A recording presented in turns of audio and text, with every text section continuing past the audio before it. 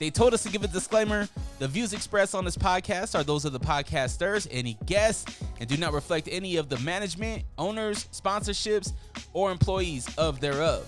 Pretty much, if you're soft, don't listen to this podcast. One thing I pride myself on is just being the same and trying to look out for my folks along the way. Like, even with all these, big things happening, like, you still mad humble, and you still, like, you have enough clout now where you could easily be like, I'm not fucking with this, I'm not fucking with that. Oh yeah, motherfuckers, it's on. Unrestricted Podcast listeners, thank you so much for clicking play. Because of you, those numbers are going up, up, and up. And as you know, we did launch the Patreon. This is going to give people a little bit more. There's a lot of juiciness that has been coming from these conversations. And with that, we want to, give the people of the Patreon first dibs on that. So if you want to help support this show, it's free to subscribe. And if you want to show some extra love for the different tiers, you can do that as well. Patreon.com/Dre Rocka. You can always show free support, though. Like, share, comment, subscribe, all that good stuff. Now, today I got a very special guest across from me, somebody that is doing a lot for the Utah MMA community, my friend Zack Partridge. Now, Zack, we got a big show this Friday. Yeah. January 24th, Masonic Temple. Yep. Ruiz, I mess up his name every time. Mehelua. I think you got close. I don't know how to say his last name, but I know his first name's Kaleo. Kaleo. All right. So, as we prep for this show, how are we feeling? How's the card looking? Man, we're feeling good. I mean, it's a great fight. I think there's a lot of fan favorites on the fight card. Unfortunately, we lost. We've lost about 3 fights off the card. Some of them are 2 of them especially were ones that I was looking forward to. Zeke's fight's off, unfortunately. His opponent pulled out, and the poor guy kind of just went through it. His opponent pulled out, and then his dog passed. Yeah. And so we were looking at booking a replacement, and we had a really good option that I think a lot of people would have been hyped about. And Zeke was all about it. And then his dog passed, and the headspace, it just didn't work out, and the timing wasn't right. So we'll get something rebooked for Zeke real soon. And then Noah. Is his opponent okay? Yeah, he just a neck injury, just training, just normal. I mean, it's a physical sport, and there's a lot that. When you're training hard for such a physical sport, like these things just happen, and it's the nature of the beast. Then we had one of our young competitors get an infection of some sort that wasn't going to be cleared up by Friday. Noah Hamilton, so him versus Jacob Baird, which was the amateur fight. Probably the fight that maybe not everybody knew about, that they were gonna know about by the time the fight. Like, I was really excited for that one. That was my dark horse pick for fight of the night. So Noah got an infection, but fortunately got that one rebooked For a later date. Yeah, for a later date agreed upon.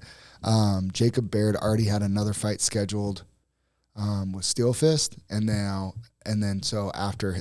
He's going to go through with that, and then we'll circle back to that matchup. So we'll still get it. And then another one was just an unfortunate situation of the amateur Utah scene where the young man, like, he had plenty of time to know what he needed to do to get his medicals done, but his work schedule got crazy, and then his work, every time that he booked to go get his blood work and everything done, work wouldn't let him off work when he was supposed to. And so he could never get in to go get his blood work done. So he missed his medical deadline. And so it's just like him and his opponent both kind of out of camp over it, which just sucks. But it's like, it's amateur MMA. They can't jeopardize the job that pays their bills. Yeah. But at the same time, yeah, it's just Friday it's Monday of fight week. Friday was an extremely frustrating day, but at the same time, out of your control. Out of the promotion's control for sure, and we just do the best we can. I think that's one of the areas that I would say grown the most in, is that stuff used to I would just want to kill somebody, or I'd get so mad, and now it's just like, you get frustrated, and then you can You control what you can control. And you just move on, man. Like, we still have a great card. We have 10 fights and I mean, it's great. I mean, Julian's never been in a boring fight. Kaleo is a banger. You know, their styles complement each other really well. They both just want to stand and box and kickbox, you know? So, I mean, I think that one's going to be I think the winner of that fight should get, you know, Julian wins that fight. I think, you know, somebody like the PFL or the Dana White Contender Series, their eyes go right back to Julian. Kaleo, he continues the momentum he was on. He started his pro career 1-3. He's on a 3-fight win streak. He's 4-3 now. Wow. And, you know, he has training partners down at Extreme Couture with a lot of the UFC featherweight guys, which sometimes it doesn't mean anything, but it does, you know, you run in those circles and the right people start to know who you are. So, you know, they both have an opportunity here to really like take a step up as far as their goals of getting to a bigger show. And I think that this is a really good opportunity for Julian to take that steam of Kaleo's win streak and gain all of his steam back that he had before. Honestly, a really good PFL performance that he just got caught in, you know? Yeah. I mean, truth be told, if anything with that fight, I mean, it was rough that he got the result happened that happened for him. And I know I think when you face your first loss, and especially when it's like that and it's on ESPN and stuff like that, I think, you know, I think that that's a hard thing to deal with for any normal human being. I just don't think people understand. And then the fact that he's going out there to compete again, I don't think people understand what type of mental toughness that it takes to be able to go do that. But that's what these guys do. Yeah, that's what these fighters do. And I think Julian has the ability to. Oh, and what I was going to say was, I think if anything in that fight, just because the result didn't happen, that first round, I thought that he won that first round, and I thought that his skill level showed like he belongs there. Mm-hmm. He's a very good fighter. He's a very, very, very good fighter. He's a competitor. He's a very competitive guy. Maybe too competitive in the room sometimes, I've heard. That he's like, you know, but I don't think there's that such thing. But following Julian, I've noticed that he took his training like way up. His body looks way better than he did last summer. Yeah, I mean, and losing, right? And losing's it should be a motivator. That's everything. And so I'm excited. I think Julian can really come on, like I said, capture a lot of that guy's momentum that he has going for him. He was just highlighted in top 20 prospects across the country article. He was like a dark horse of hey, not the sexiest record, but he's got a lot behind him. Like, Julian beats him. He takes all that heat, takes all that momentum, runs up to and, you know, I mean, Julian's in a great spot. It's January. He wins that, maybe one, maybe two more fights. I put him at like 6-7-1. I mean, that's prime for Dana White Contender Series this fall. Mm-hmm. I mean, he's putting himself in the right position. And all the experience, you know, you talk about fighters. You look at fighter experience. I look at Joe Harrell's last fight. You know, he had, I mean, I don't know if we call him the human highlight reel just yet, but he gives us some highlights, right? And he fought a guy that was very experienced. Right. And when you talk about the fighter experience, I was looking at the UFC over the weekend, and you look at Yuri, and you look at 30-something fights, and it's like, holy smokes, a bunch of experience.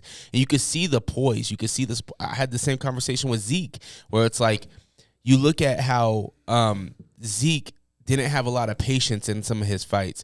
He said that he learned from watching Kent fight, the experience, right? So you look at what Julian went through, and I'm excited to see what he follows up with, to see the experience. Yeah. The experience of having probably the worst loss of his career. Yeah. Oh, yeah. You know, like, you don't want to see a fighter go out like that. Oh, yeah. And to really bury that feeling and be like, all right, this is a new fight. This is a new me. Is that something you can train for? Is the mental part of this thing? Because I'm putting myself in his shoes, and I don't know if I think it would always replay in the back of my mind, like that last fight that I had. Watch out for the left. Watch out for the overhand right. I mean, without talking to Julian about that specifically. Well, I know, but I would imagine, Joe. I mean, if you look, I remember one of the first posts Julian made after the fight. He was doing bag work, just throwing just throwing that right hook with his left hand up. Learn, you know, and I posted something maybe about learning about mistakes or something like that. You know, I think that that's important that he put, you know, him publicly addressing it that way. And I mean, he's coached by Ramsey, who he had those moments in the UFC, you know, like Ramsey got knocked out in the UFC and Ramsey got over it. Ramsey had everybody gets knocked out. You play this game long enough, everybody gets knocked out. It's not, so I think, like I said, it takes a lot of mental toughness, but like that's what these fighters do. But if you do this long enough, like everybody's going to get caught. It's why when everybody criticizes Khabib, I said, no, he did it the right way, because he would have got caught eventually too. Everybody gets caught eventually in this game. It just happened. It's just a matter of when. I mean, Islam, he got caught. Yeah. His first fight in the UFC. He got caught. He hasn't lost since, but he's got caught, you know? So it's like everybody, it's hard to come back from, but that's what makes, you know, these animals and these competitors different. And when they say these are the 1%ers, like the fighters are the 1%ers, like, because not only do they put their body through it, they go and they win, lose, live with the result. These are the guys that go through things that are, you know, like that, like getting knocked out on national television, and then they get back on the horse. I mean, there are guys that quit after it and to each their own, but not the guys that end up achieving stuff. This isn't boxing where you just pad your record all the way up. MMA, like, dude, those little gloves, dude, anything can happen. And I don't know. I think it's one of the things that makes me love the sport so much. You talk about this fight being important for both guys, right? Sure. To getting them to the next step up. How important is it for these fighters to have a good network and to I guess brush shoulders with other people to get them to the next spot? I think relationships. I don't think the MMA industry is different than any others. Music, business, whatever. I mean, relationships matter. Connections matter. It's why a lot of these fighters, they sign with managers. Sometimes I think even too young, because they get enthralled with what they're promised. Sometimes managers even can't deliver on, but the managers, I mean, you get these big managing agencies, Ali and Iridium and Ruby and all these different agencies, and I know one of the easiest pitches is they'll go and say, look at these UFC champions that I have, like, I can make you one of them. And it's like, okay, where do I sign? You know, so but relationships matter, and putting yourself in certain circles, it absolutely does matter, because you need to have that guy that when you're really good and you're coming up can call Sean Shelby or Mick Maynard and say, hey, look at my guy. He's 4-1, 5-1. He's very talented. Like, watch him. What they'll go maybe look at him. Okay. Like, let's see if he's good enough. Have him go fight a guy that's another undefeated prospector, Joel Haros case. Okay. Have him go fight a couple of UFC vets. Let's see where he's at. I thought Joel showed some really good things in that fight too. Obviously had a huge moment, highlight of the year type moment. I believe Hunter told him either in the cage or after in the locker room, you're good enough. It was just an experience level difference right now. That's it. And I think that's essentially what we saw. But but yeah, like they're those managers that have those relationships with those decision makers, like in the UFC, for example, they can call and say, well, what does he need to get to the Dana White Contender Series? Okay, he needs a couple more wins. Yeah, you talk about Joel, man. When I tell people the sound that elbow made, oh my gosh, through the arena, I thought the back spinning back fist that he landed in the Maverick Center was loud, but that elbow, and man, I don't know if the correct term is he ate it. He ate all of it. But jeez, yeah, it's moments like this that people need to come and experience live. And the only way to do that is to come to a Fierce show. Yeah. FierceFightingChampionship.com. Now, we talked about this Friday fights. We also have your fight coming up. Yeah. Is that still on? Everything good there? 2 weeks. 2 weeks away. You're gonna be at Crown, Washington County. Yep, down in St. George, Washington County Tarrant Center. It's like the Park and Hurricane area. Are you excited? Yeah, I'm excited. And you haven't fought in what? It's been almost a year. A full year. Mm-hmm.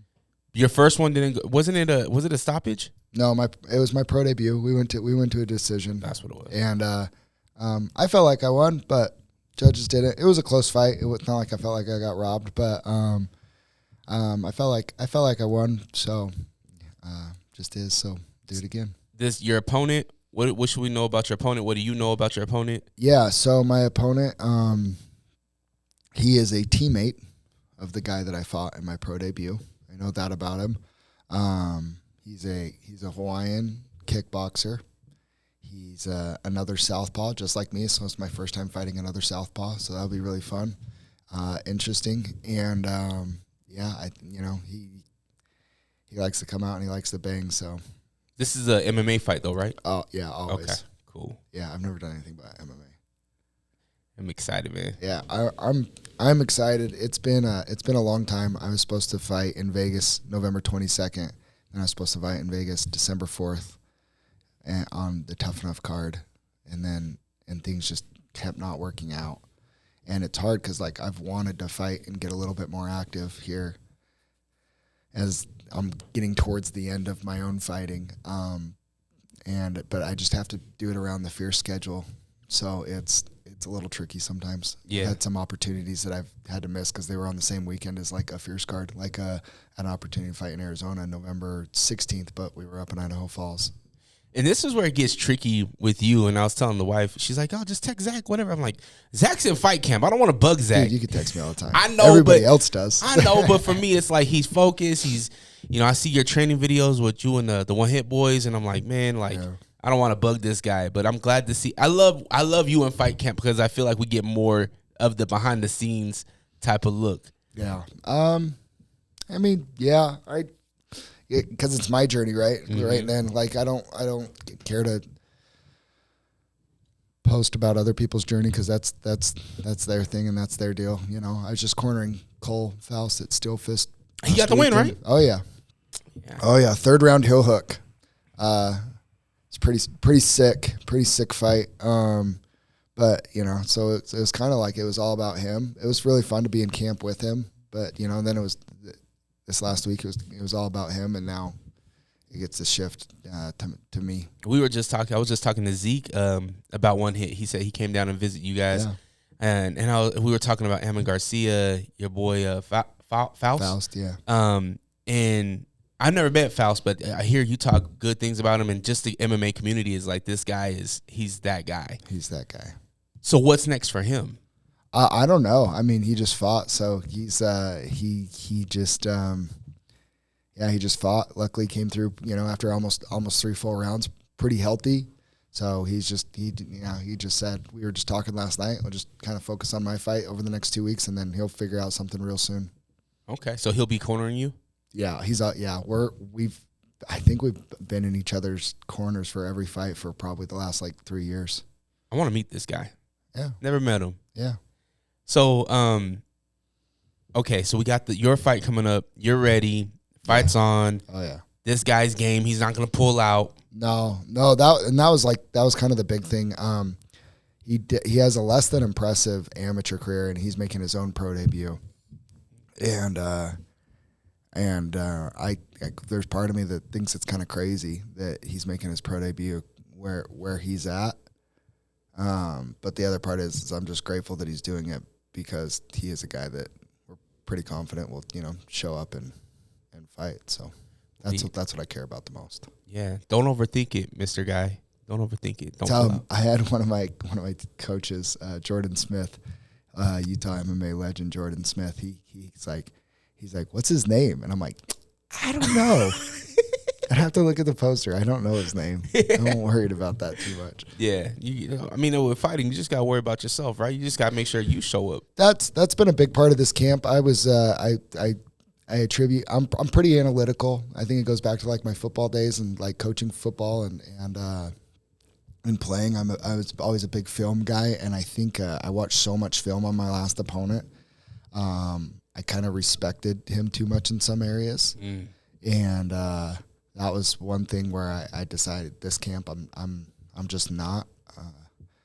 I watched very little at the beginning of camp just to get my kind of some basic things down, but really it's he can do whatever he can do whatever. I'm gonna go do my thing. That's right. February we are in Idaho, right? No, February 28th we're at the Masonic Temple. Oh yeah, that's right. That's Jones and Poppy. Yeah. The fight that we were supposed to get last year, August at the Maverick Center. Yeah, didn't happen, but we did get Poppy at the Masonic Temple the last time. He got the win over Schaefer, I believe. Correct. And now Poppy's like, Mike Jones, let's run it back. Mike's healthy. Mike's ready to go. Signed, sealed, delivered. February, Masonic Temple. That main event is, it's a big deal. It's a big fight. John came up, got a big win over Cole, Schaefer. And, he called out Mike. And I think it's going to be I think Mike is the best 185er in the country. It's like, I really do. That's not signed to a big organization, and I think we're really lucky to have him. Me and Ammon Garcia went down to Horn's Gym 2 weeks ago, one of the two, and got some rounds in down there with Mike, and even Ammon's like, he didn't know who Mike was, but like, people in Utah, I think because he said, I don't know exactly why, to be honest. Like Mike is, I think it's because maybe he just keeps to himself and just handles his business and just isn't that loud about it. But dude, Mike's the man. Like he's fought.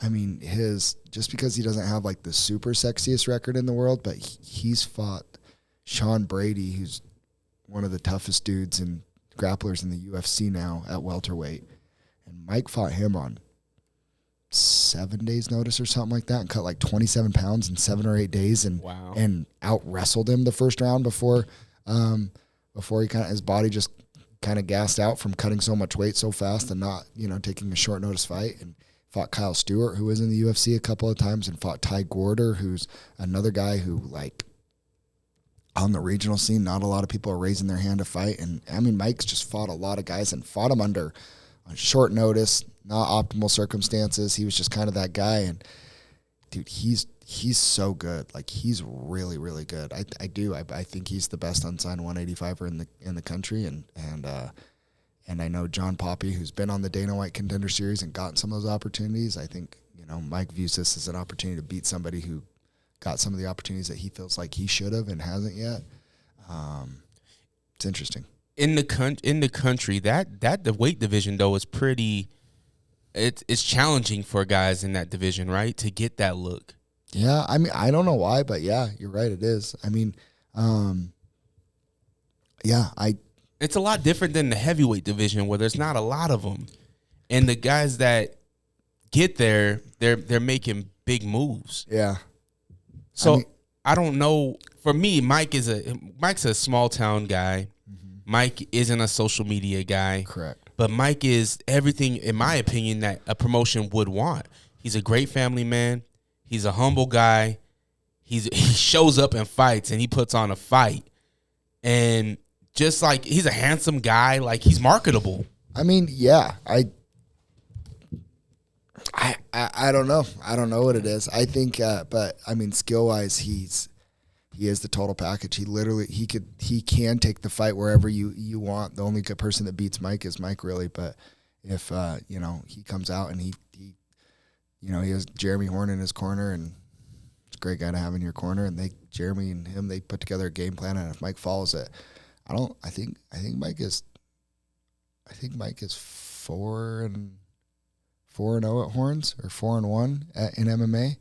I mean, since he's made the move up there, I mean, it's pretty good, man. Is he not at Agima no more? I'm not maybe totally. Yeah, I mean, I know. Dane and Court were in his corner for his last MMA fight with Trent Miller, but bare knuckle, I think it was just Jeremy, and I think he's pretty much found his home at Horns now, and I think he's kind of just sticking to that. I was there when I was there before his before he got ready for the Poppy fight. Actually, he was training with another guy there, and he was like, Dre, like this guy, I forget the guy's name, but he was training with him. He was injured, but I guess the guy that he was training with at Horns, he was like, you think I'm good? This guy is really good too, Dre. Like, you got to watch this guy. His name slips my mind. Is it Alden Ashcroft? Maybe. So Alden's the co-main event in February. Another reason to go get tickets. Yeah. No, February's card, I actually think star power-wise is probably one of the best that we've ever had. I think it's like top to bottom. I think our main card is as good as any. We have 4 pro fights, and then we have 1 amateur title fight. And Mike and John at the top of it for a title fight's really fun. But Alden Ashcroft, who's honestly like he's kind of turned into this almost like mythical creature in Utah. I mean, is he bald? Yeah. Yep, that's him. Yeah. Beard? Yeah. Yep, that's him. So, this guy was hitting the pads. Yeah. He hits hard. Knocks people out in training all the time. Just kind of, this, but it's since his last fight, he's just had a hard time staying healthy. And just injuries. He had a car accident and then tore something in his knee and just the thing after thing. But I started hearing all this stuff since last year that he's back sparring and like, a handful in the room and stuff. And I started telling people, I'm like, hey, will somebody let this guy know that like I'll pay him to do that? Is he pro? Fight. Yeah. Okay. Yeah. He's a 2-1. He's he can put on a show and he's very violent. And he's fighting one of my former opponents, Justin McDonald, who's a 3-1 pro. So 2-1 versus 3-1. Local guys. I think it's going to be a lot of fun. I think it's a big fight for Utah MMA. And that is February 28th. The 28th at the Masonic Temple, FierceFightingChampionship.com. Let's go through that card, though. This is Fierce Fighting Championship 38.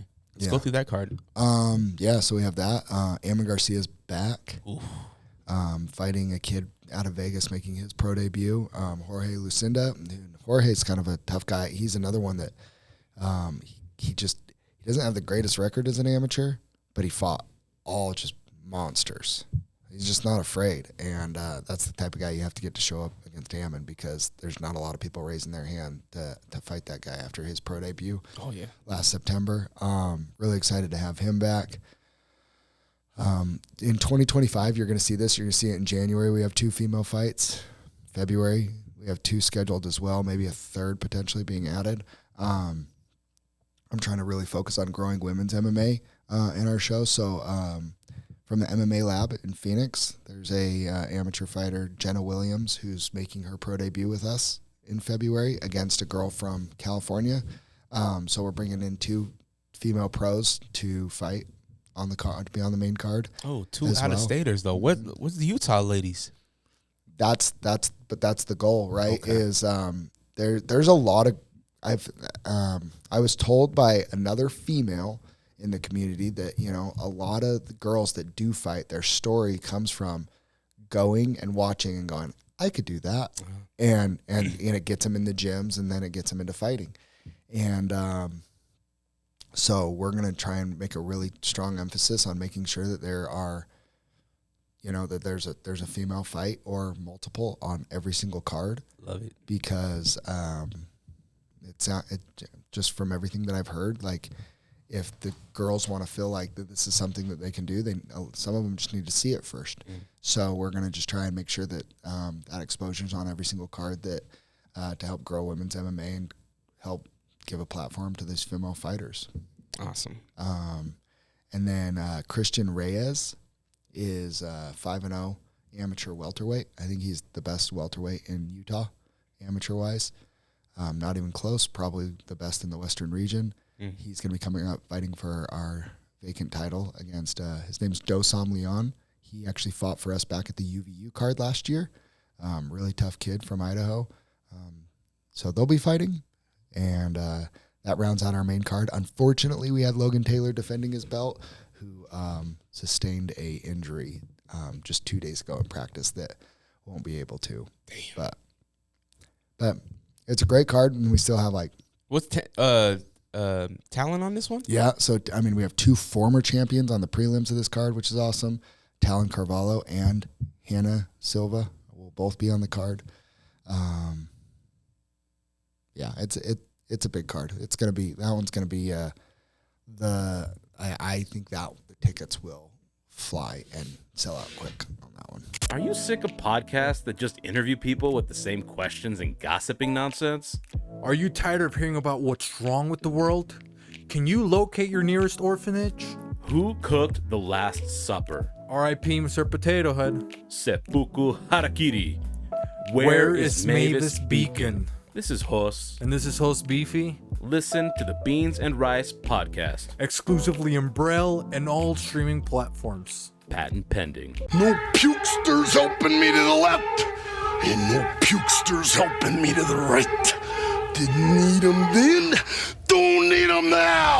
You are the ex-champion already. Now this is the way, Tony and David, that you do the figure 4 leg lock. Do you love wrestling? Do you believe that Stone Cold Steve Austin is the greatest entertainer of all time? Or maybe that Shawn Michaels is the sexiest man alive? Or did you have a thing for Sonny from the years of 1994 to 1996 like I did? Did you know Yokozuna isn't even Japanese? If you could count the number of dimples on Rikishi's ass, this podcast is for you. Follow us, the Figure 4 Podcast on Instagram, at Figure 4 Podcast. And check us out on YouTube. Do it. Tell your punk friends about us. Yeah. And remember, the Masonic Temple is a smaller venue, so tickets do go fast. FierceFightingChampionship.com. One thing about the venue and one thing about the last show that I don't think I had a chance to tell you, I text you as soon as it happened, was the production. Bro, salute to the production guys, because the light change made the atmosphere that much better. Oh, we got some new stuff for this Friday too. Oh, Don't you wait. Oh man, Just wait. I'm excited for it. Okay, we're rounding out February. One thing about the last show that I was gonna ask you about is, do we have any update on Mark Gonzalez? He made his pro debut. No, so he defended his title, and then he'll be making his pro debut. Oh, he's making his pro debut. That's right, because he fought Igor. Mm-hmm. Igor. Do we have a date for him? No, we were targeting our April 11th card, and he was reminded kindly by his wife that that's their anniversary. So that will not be happening on April 11th. So TBD on him. Okay. All right. So him. Any updates on Kent? No damage from Roundstone? No, but he did have. I mean, he's ready to get going soon. We talked a little bit. Your fighter of 2024? Yeah, I would imagine we're targeting something pretty soon. Probably the April card, something like that. Okay. We'll be talking to him soon. We talked, and then he's going to talk to his coach Marco, and was going to get back to me. So okay. We talked about Zeke. Obviously, not going to happen this month. Going to be rescheduling for his same opponent. Potentially, maybe not. It's hard. I have a hard time when you make these plans and you find these out of town guys. You know, he's coming from Florida. Is it only Florida guys that want to fight Zeke? Florida's they just have a big market, Gotcha. and so the Florida. One thing that I've noticed with the Florida fighters, they just don't have a ton of opportunities to fight. I don't think there's a lot of like shows that put on pro fights in Florida. Really? Locally? Coming with Kimbo and Dada and Well, the problem is, I think it's the athletic commission there makes it really hard for the promotions to get their to kind of get going. that's surprising. Everything else is legal in Florida. Go figure. You can strap an AK-47 to an alligator. Jeez, you ain't lying. But I mean, I think it's very similar to like Idaho. So some of the red tape we have to deal with in Idaho. Idaho is significantly harder to put on shows than it is here in Utah. But in Florida, for whatever reason, it's just there's not a great regional show feeder that puts on a lot of pro fights in Florida. So a lot of those guys are looking for opportunities. Whereas there's a lot of fighters out in California, but there's a lot of promotions out in California to get their opportunities on. So a lot of those guys are just always really looking for opportunities to get out of Florida. Gotcha. So potential different type of fight for Zeke. We're looking for something. A thing that I was talking to Zeke about is potentially fighting outside of Fierce because of how limited the heavyweight opportunities. We just talk about opportunities for it. The heavyweight opportunities.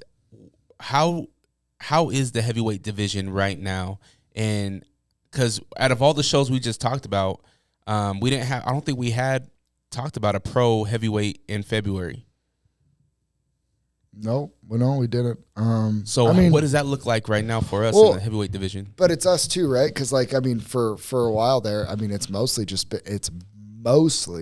been Kent and Zeke that are super active, right? Kent just fought. Zeke was supposed to fight, and that would have been back-to-back cards. It's like where the scheduling with the Masonic Temple has kind of changed the schedule that we're accustomed to, right? Where it was like every 3 months. But at the same time, I think it put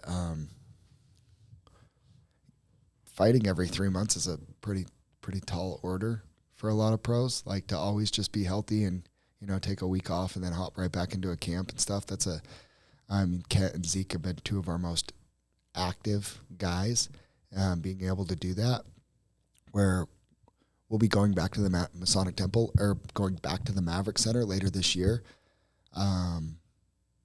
Being at the Masonic Temple gives a little bit more freedom to really not have to be like, well, it has to be now or never. It has to be this date, or I have to wait another 3 months beyond it, where it's like, if it's not this date, I can just get on the next month if they need a little bit more time or something like that. Mark's going to be entering the heavyweight, but, we lost Eric Iman. He's retired. There's just not a ton of heavyweights in Utah. People don't understand this too. And I'm grateful that there are a lot of managers and stuff that send me these fighters that they want to bring to Fierce with these bigger records. But the pool of pro fighters in Utah is still relatively small compared to a lot of other states. And while we have this awesome platform with Fierce to allow these fighters to get their exposure, when somebody sends me, hey, who do you got for my 13-3 bantamweight? He was trying to get on the Dana White Contender Series. It's like, well, Joel Haro, like that's the only guy. Well, and it's like, hey, can you get him on the February card? No. You don't even have to ask around. I don't have to ask around. I know Joel's not ready for February. You know what I mean? Like there's one guy here in Utah that could do that business-wise, it would make sense for us. We could bring Hunter back in. We'd like to find an opportunity for Hunter to defend his title here. And I really enjoyed having him at the show. He was a wonderful person to deal with, and his management and everything was great. But you bring in Hunter and then you bring in another high profile person like that, that costs a lot of money to make that fight happen. And will it be a draw for Utah? Doesn't sell any tickets here. Yeah. It's a tough position. Mr. Vandera's had a hard time getting fights, so he'll be up at, unless something else changes. But the plan is he'll be headlining our March 29th card up in Idaho Falls, just to get him a fight. But I don't have anything for him here right now. Yeah, I was just about to ask you, what's the ETA on Vandera? Yeah, so March 29th, he has a potential opponent. He'll be fighting, I believe, this weekend. Jag Boular's 9-0. Jag beat Luis Cortez up in Idaho Falls already a couple years ago on our show. We'll go up to Idaho Falls, and him and Jared's paths have been pretty close to crossing, but not yet. And I think we've about got that lined up. So as long as he comes out healthy this weekend, it looks like it'll be Jared Vandera versus Jag Boular, former UFC vet and our heavyweight champ, versus a 10-0 undefeated heavyweight from Canada. That's as big of a fight as we can put on. I'll never forget the day that we were in Idaho Falls. It was our first Idaho Falls show, I believe. I think it was the first one when Jag was there. It was Jag and Luis Cortez. He's killing a steak at the little restaurant after the fight. Was he? Yeah. It was fun. Yeah. Okay. So with possible Jag Vandera meeting up, Where does that leave Kent? I know Kent wants that Vandera rematch, but if I'm being totally honest, I think if Vandera wins that fight, I think he gets signed back to the UFC. I think the UFC has pretty much told him he's on the short list of being called in for a short notice replacement heavyweight. He's on their very short list of guys to be signed. I mean, the tear he's gone on since he's left the UFC has been pretty undeniable. He's done everything that he's wanted, and he can't get. Nobody else wants to fight him. He possesses a skill set that's just really hard to deal with for most heavyweights, being a legit black belt in jiu-jitsu and being such a big body. He's durable. He can take punches. He has good striking, but he can. But man, once he gets into the clinch and gets into the grappling, not a lot of people can deal with a man that size that can grapple the way he can. So if he gets that win, I think he just gets signed, and then we got to do something. It's so hard because Kent's such a competitor, and I've been there too. When somebody beats you, you want to get that one back so bad, and especially the way Kent lost to him, the way they were fighting. Kent, I think, will be the first one to tell you like that wasn't the same Kent that we saw like when he was coming up through the pro ranks. He didn't have the same energy and that same look in his eye. I remember when he was fighting Tarpley, and that was his first fight. He fought at UVU. Mm-hmm. He kind of had the slow start against that Trejo kid. Brought in some interesting issues. He's really fast and quick and shorter. But shorter, and a lot of people criticize Kent in his performance. He got a second round finish. I don't get what, but whatever. A bunch of armchair quarterbacks. But then Kent came back to the Maverick Center. It was his first fight back at the Maverick Center since Vandera. And he had that look in his eyes, and I just remember saying, I'm like, homeboy's in trouble. Like, when Kent looks like that, like, he didn't have that same look against Vandera, and I think that opportunity got away from him, and I know he wants it back, but my gut tells me that Vandera, if he beats Jag, he's probably going to get signed. But if not, who knows? Maybe they run it back. I know Kent wants it back. Well, even then, even if Vandera leaves and goes to the UFC and vacates the FFC heavyweight title, it's going to be you have to figure out who's going to fight for that vacancy. Yeah, it'll probably be Kent.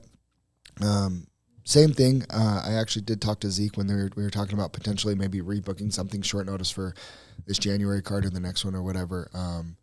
Talked with his manager. I know he could have opportunities to go, to Japan and like Ryzen and stuff. To do. I mean, just what a cool opportunity that would be. Yeah. For Zeke.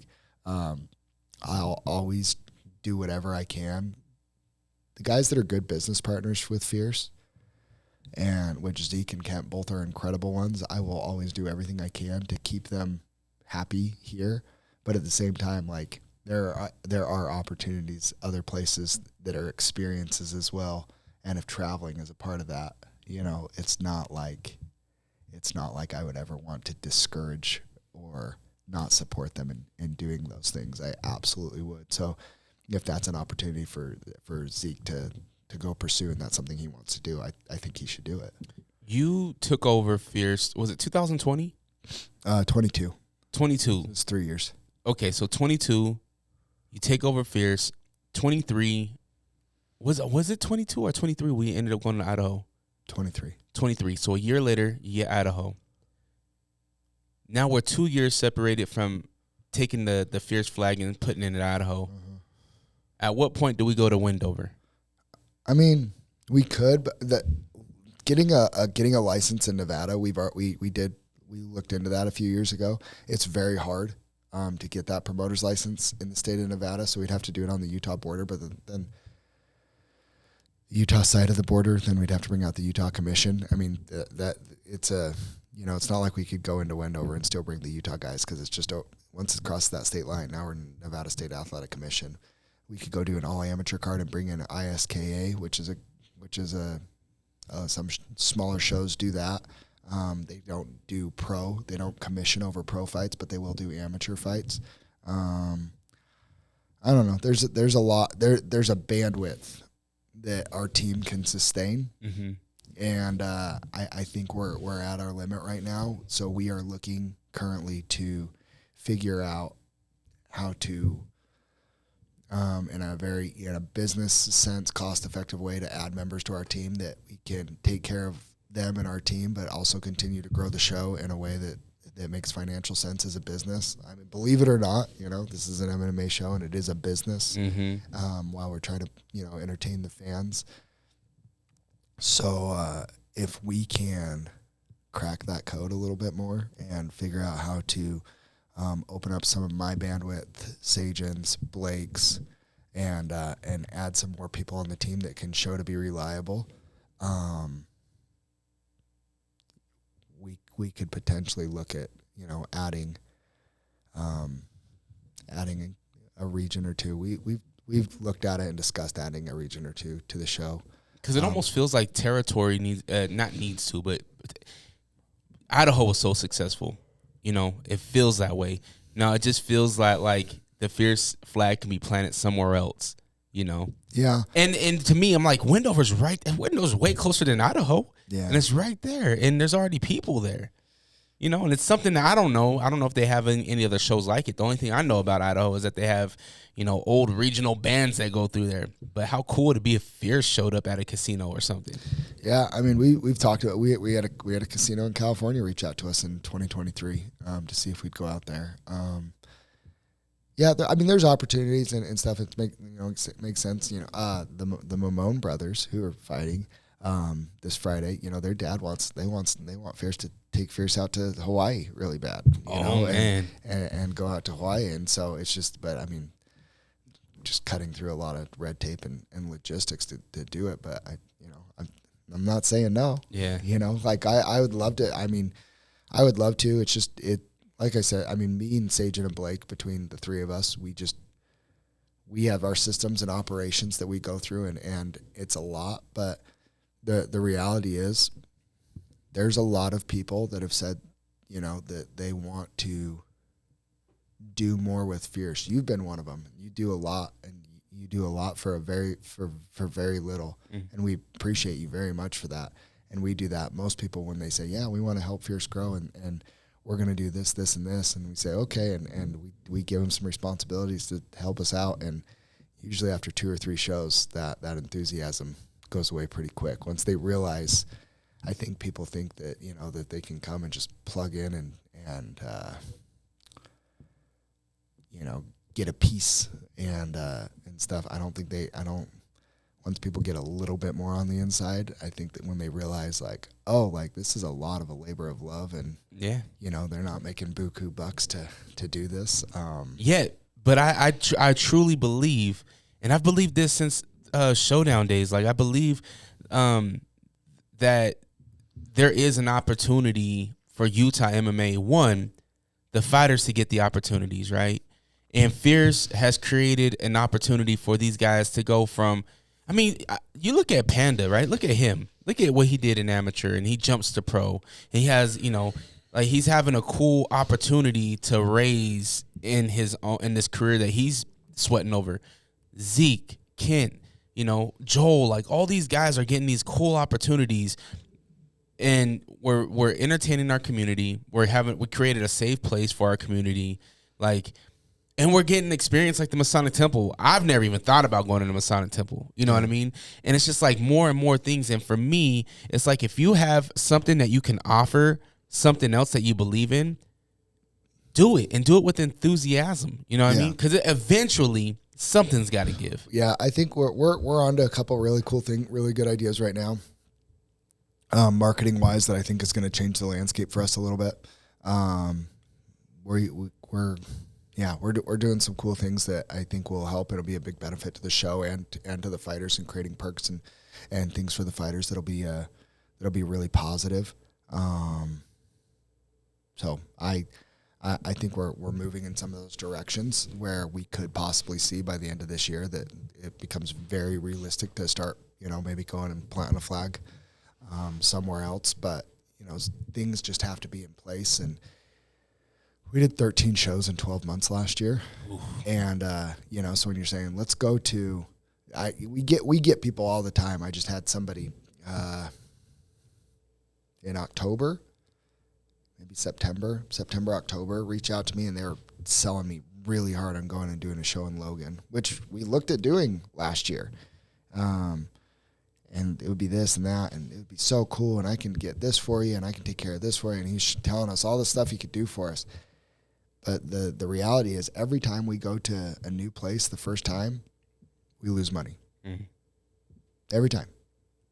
So it's like we're a business. Mm-hmm. So that trade-off of, well, we can go to somewhere that we know now, and we know what it takes. Every show, every venue, every city is a little unique. You have to fully understand what all the costs and expenses are. And in that specific show, it's like, if you're doing 13 shows, are we going to add shows? Are we going to take away shows that we know we can already make money at and replace them with question marks? That's where it becomes really tricky and hard to start adding other places. What did you think about Chris Curtis's fight? Do you think it was a good stoppage?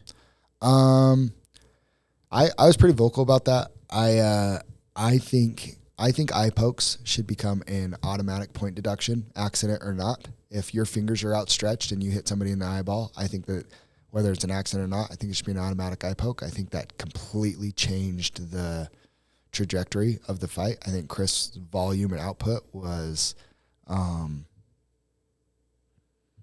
taking over in that fight, and Kopylov didn't really have an answer other than to slow him down, and slowing him down with illegal strikes was the only way possible. And when you know you can slow somebody down like that with an illegal strike, and you're just going to get a slap on the wrist, I think that the trade-off is an easy decision.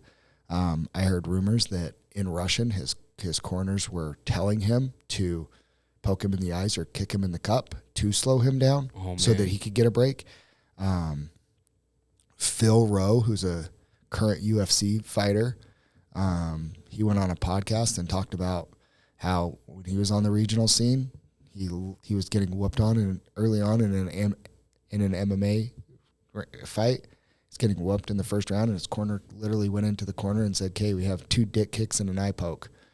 We need to slow this guy down and turn the momentum of the fight." And that's what he came out, blasted an inside leg kick that caught the guy in the cup on purpose, slowed him down, ended up getting the 3rd round finish, And I'm like, this is something that needs to be addressed. I had a lengthy conversation with Scott Bowler, the head of the athletic commission, and who's on the ABC committee board, that I think it's a problem that really needs to be addressed.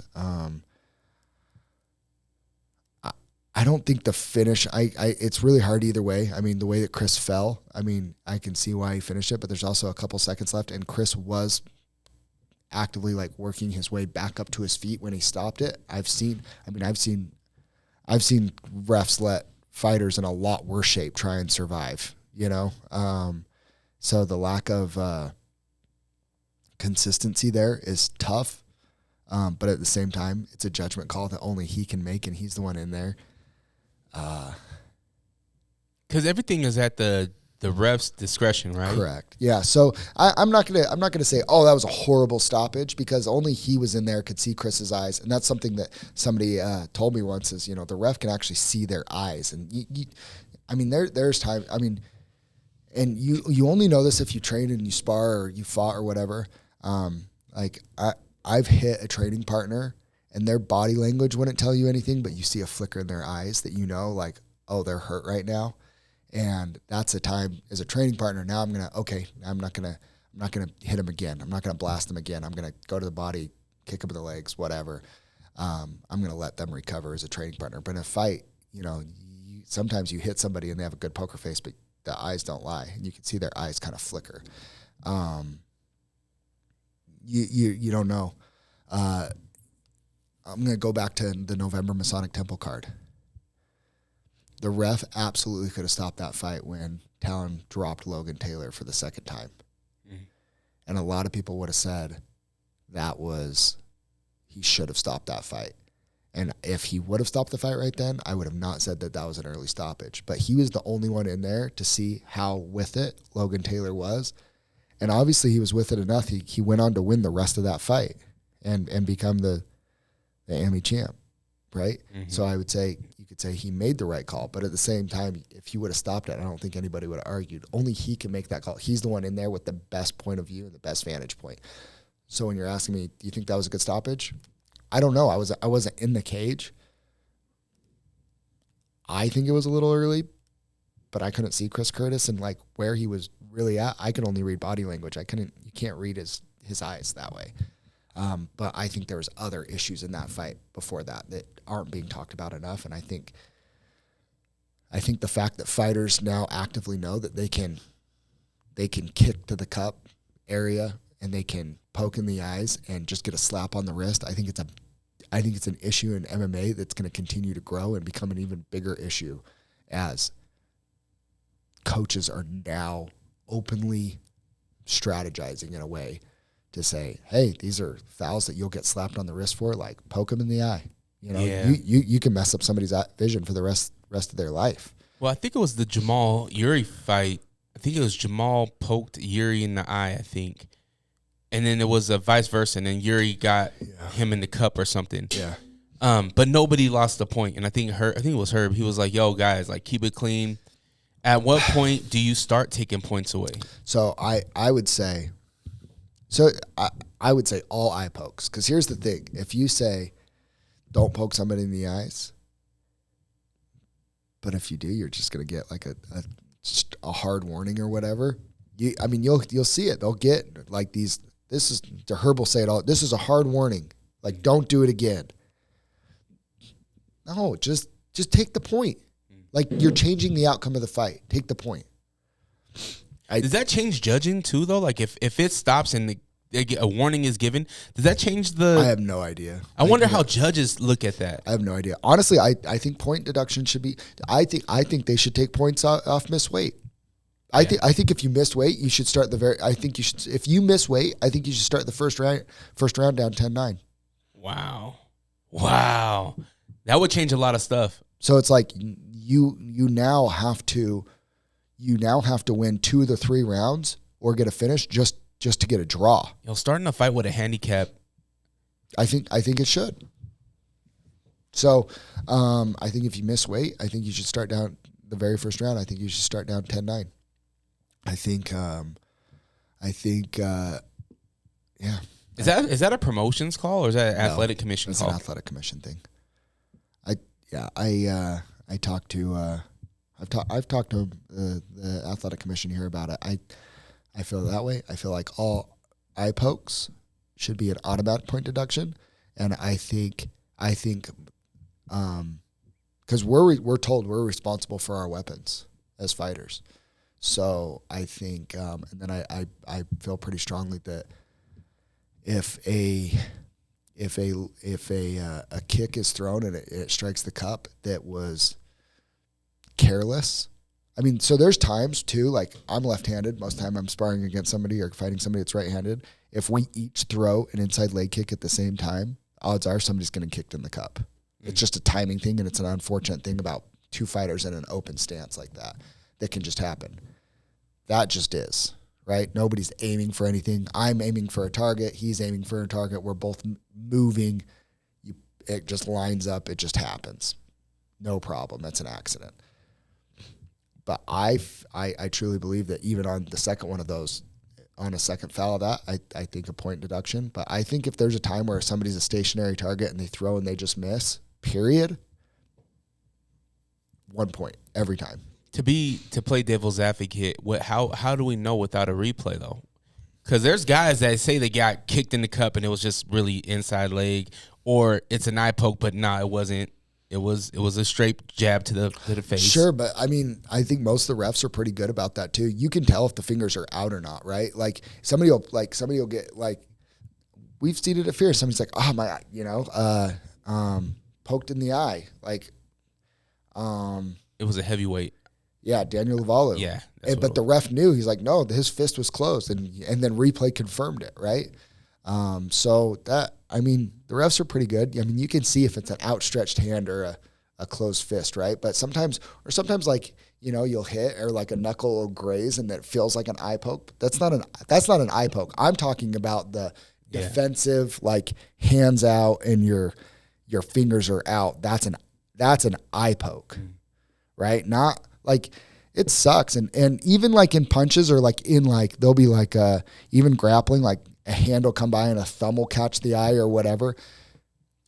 That's not what I'm talking about. I'm talking about the outstretched, the John Jones, right? The outstretched hand thing. It's a problem. Do we see John in 2025? Is that happening? Yeah, I think him and Tom Aspinall fight. I think John saying like, I'm not going to fight Tom Aspinall. I actually think that was mostly a ploy to just build his name and get more people talking about it. Last time we talked, we said John doesn't want those problems. After seeing his last performance, does that change?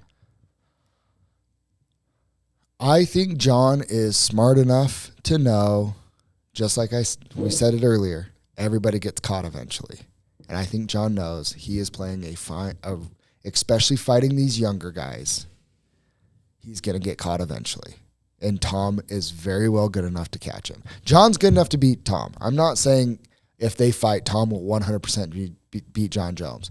Tom is, out of his most couple of fights, obviously, Tom is the most equipped to be able to have the opportunity to catch John Jones. Tom's been quiet. Where's he been at? He wasn't at the fights or anything. I think he's just training.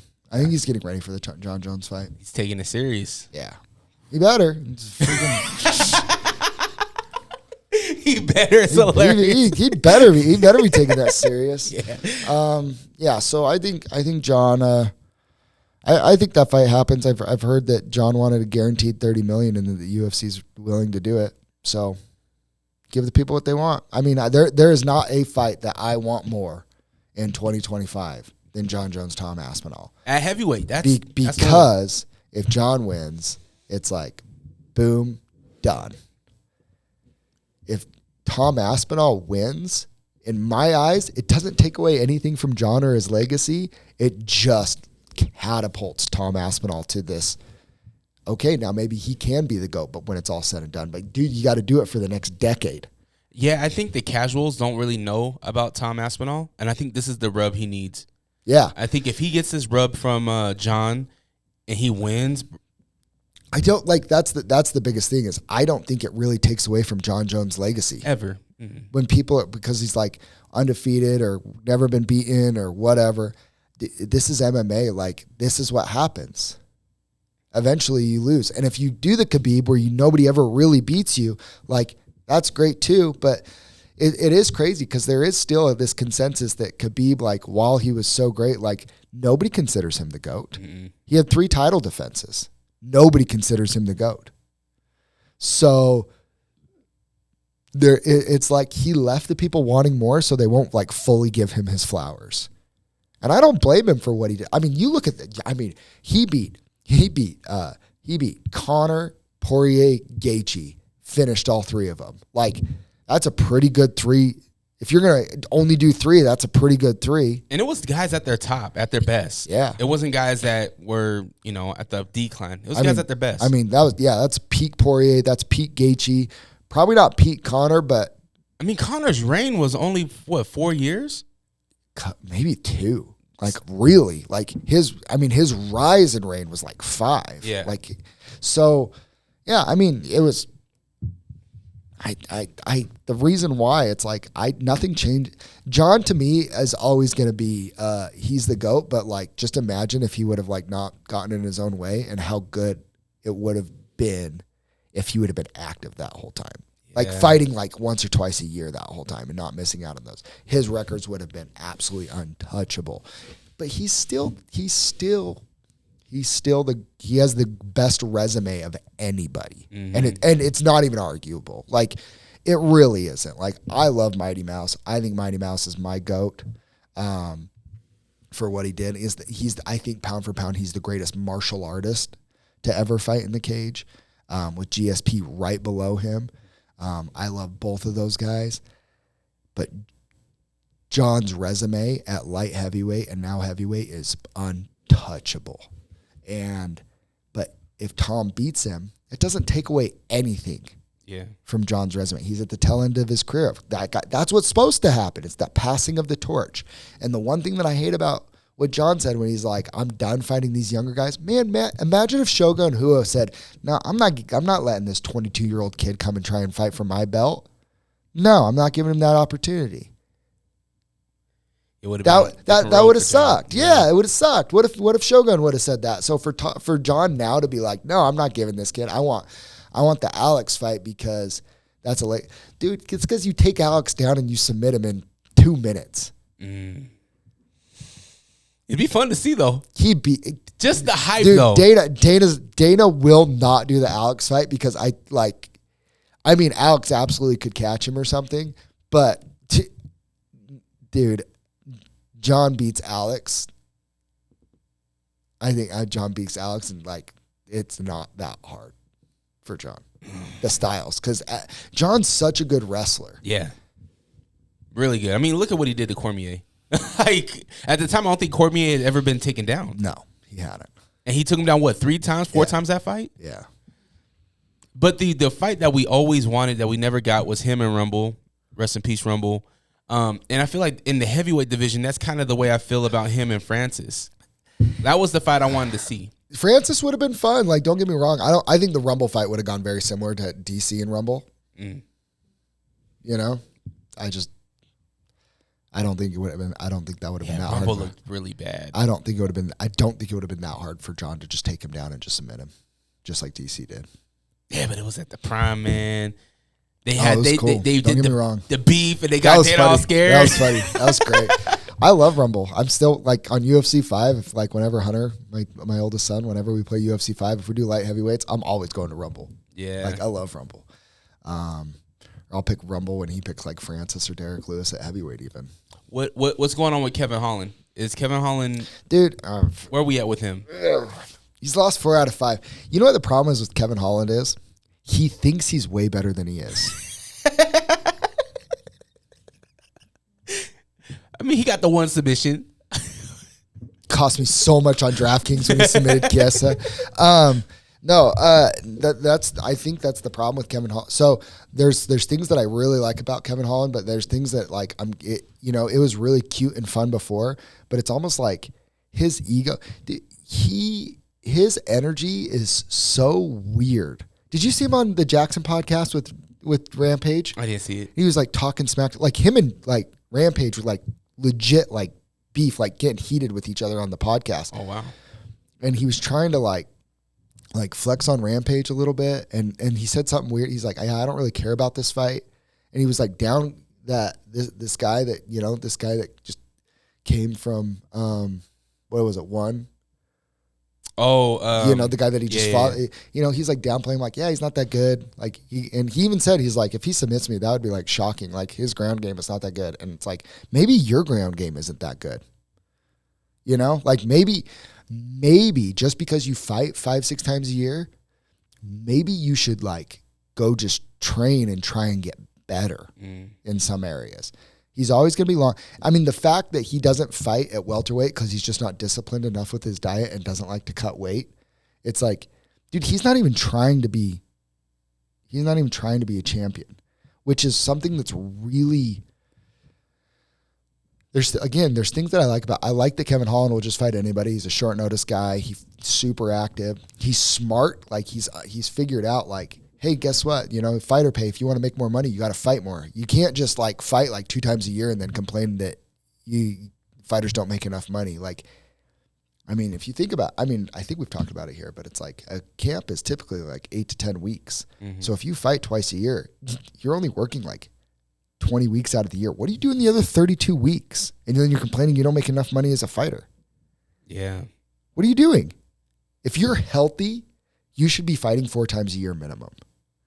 If you're doing that and then not making enough money, then I think you have the ability to gripe. But it's you come in on a UFC deal at 12-12, you should be fighting those first 4 fights as fast as you can. Because if you win 2 or 3 of those fights, If you win 2 or 3 of those, if you're healthy, I would never encourage somebody to fight not healthy. But if you win 2 or 3 of those fights, that means you're accepting fights. You're not turning any fights down. You're wanting to stay active, which the UFC likes. And guess what? You're going to get a second contract, and now it's going to be like 20 and 20 or 25 and 25. Okay, cool. Now I do that again, repeat. Get through. Now I'm maybe two years in.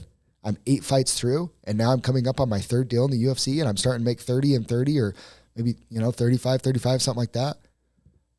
Okay, now if you fight 4 times in a year, you're starting to make okay money. Yeah.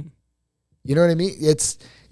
And Kevin Holland, of all people, has figured that out probably better than anybody. He's working. He makes $200,000 every time he fights.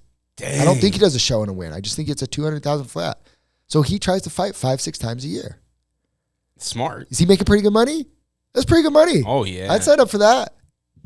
That's probably why he's losing. But the problem is his game isn't evolving. Yeah. That, and he has a mouthpiece. He knows how to work it and stay relevant. Yeah, but his shtick only works if you're winning. He's lost 4 out of 5. He needs to recalibrate. If he keeps doing what he's doing, he's going to get cut by the UFC and pretty soon. They're not going to, if he loses another 4 out of 5 and that he loses 2 out of, dude, he'll be gone. My girl Mackenzie Dern got a win. That was impressive. She was the underdog on that one too. I know. That was impressive. I equated to her support animal being there. Was it? Yeah. I don't follow that stuff. Oh yeah, at the weigh-in and everything, she brought a little support animal. I don't get it. He was a big. I mean, there's a King Corso. Oh, was it? Ooh, A big beautiful dog. Love King Corsos. Yeah, so do I. My kids want one. I'm like, not yet. Hook it up. I need a yard. You need, yeah. You got to have a yard. Okay, we're gonna wrap up here, but I do want to. We talked about John. We talked about Kevin Holland. Who beats Islam? What's going on with Islam? Ilia Topuria. Okay. Is that the next fight? Is that the one? I don't know. I think so. I mean, tough for Armin. Dana comes out and says you get opportunities and sometimes you miss them. You don't. I know Oliveira wants his rematch, but the problem is Oliveira lost to Armin, and like he's kind of done the same thing where he's had to pull out on Islam.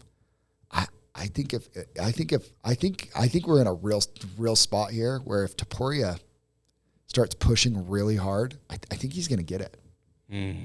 And I think he can beat Islam. I think Ilia Topuria is everything that we hoped Conor McGregor would be. I really do. And I heard somebody say, and I don't particularly like him, but I cannot not get excited every time his name starts floating. Because, dude, when you chin Volk and then you chin Max, dude, you're the guy. And Gilbert Burns goes on a podcast and says he came down to Kill Cliff and he knocked out 3 guys in 16-ounce big gloves. Right? And then I don't know if this was on the podcast or not, but so my coach Aldo is friends with Gilbert, texts with him often, Brazilian connection somehow, whatever. And he said, Aldo, the Russians, the Dagestani Russians at Kill Cliff, they didn't like that, and they told Ilia to come to wrestling practice, and he took them down and submitted all the Dagestani Russians there too. Wow, like. He's the real deal. Who is this guy? So I mean, now Islam's like top of the food chain, Dagestani Russian too. Not all Russians, they're men. They breathe air, they bleed, everything just like we do. But they're not superhuman, as Marab showed over the weekend. Yeah, they are human. And Islam has lost and stuff like that too. But I think Ilia is I think he's different, and I do, and with how much weight he cuts, I know Islam, like they both do giant weight cut. Like I don't think Islam is that much bigger. And we already saw Volk have success against Islam. Mm-hmm. Second fight was short notice too, wasn't it? Correct, 10 days. But I think Ilya on a full camp, I absolutely think he can beat Islam. Well, I think Ilya is the boogeyman. Dana, I know you watch this show, so make the fight that people want. That's the fight we want. Who does have a breakout 2025? Who's the fighter? Obviously, you know what? Matter of fact, let's do this. Both from Fierce, who's the fighter in 2025, and who in UFC? I mean, rest in peace, Bellator. Fierce, I think it's Ammon Garcia. I think Ammon becomes a household name in 2025 on the regional scene, and I watch him train every day, and that kid does not cut corners, and he is everything marketability wise, violence wise, intelligent, high IQ. He's become so intelligent. He's become like a coach and a teacher in the gym because his IQ is so off the charts. He sees things and then he implements them. I think Ammon Garcia is going to become a guy here in the Utah MMA scene and join the Mike Jones, Kents, Zeke's, Joel's, all those guys. I think Ammon joins those ranks by the end of 2025. I'm excited to see what this pro reign looks like because amateur, he already brought a crowd. Yeah. He's only going to keep on building his crowd, his fan base. He's so violent, and I'll tell you off the mic some stuff. Like he is, yeah. He's like, I tell people like he's like our Sean Strickland. Like he's just unhinged all the time and just says stuff that you're just like, oh my gosh, like. Dude, Hunter was at the gym and he was saying some stuff, and I just like looked at Hunter and I was just like, just don't repeat any of this to mom, please. You know? Yeah. But no, he's a hard worker, and I think he's the guy. In the UFC, man, that's really hard. I'm trying to think who. I mean, I feel like we're on some passing of the guards are already kind of happening. I think Marab's going to be there for a while. I think Pantoja's there for a while. I think the featherweight.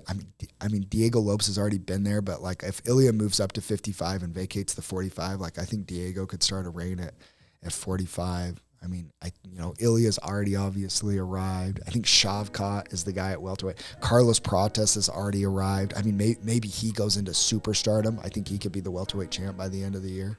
What do we got for the light heavyweight though? Because I feel like Alex, like, what are we doing with Alex? It's so hard because it's kind of like an old guard right now. I don't know who's there that really breaks into that old guard too. Because like Jan's still there, and Rakic's still a monster, but Yuri's still there and he's hungry, and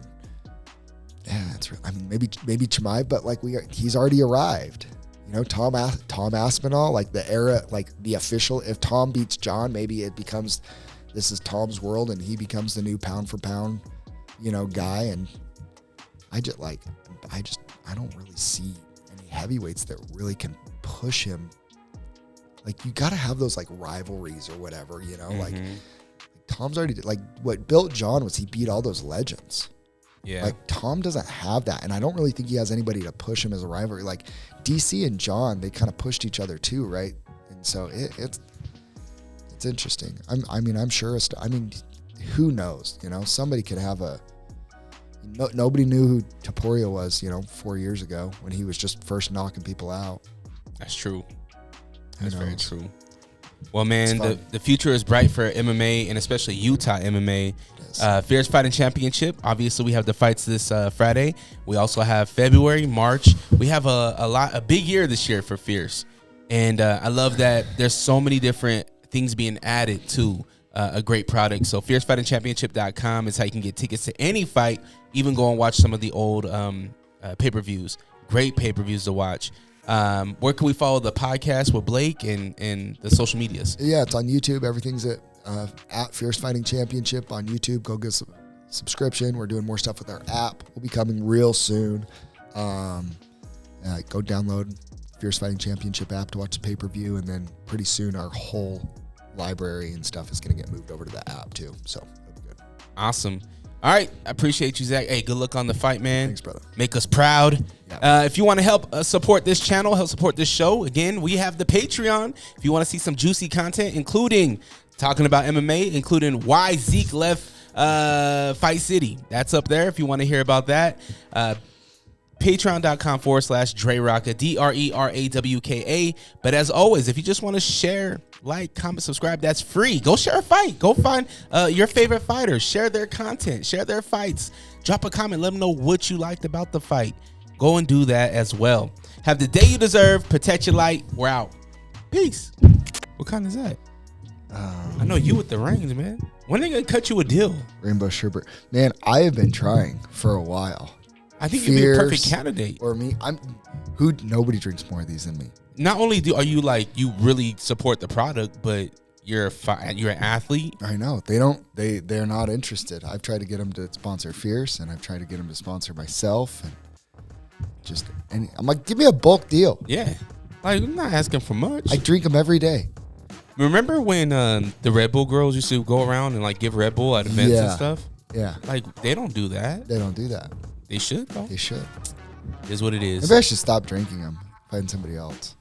And then they'll come to you. Yeah. And they're like, hey, he's not using our stuff. They're going to see a dip in sales in the northern Utah region.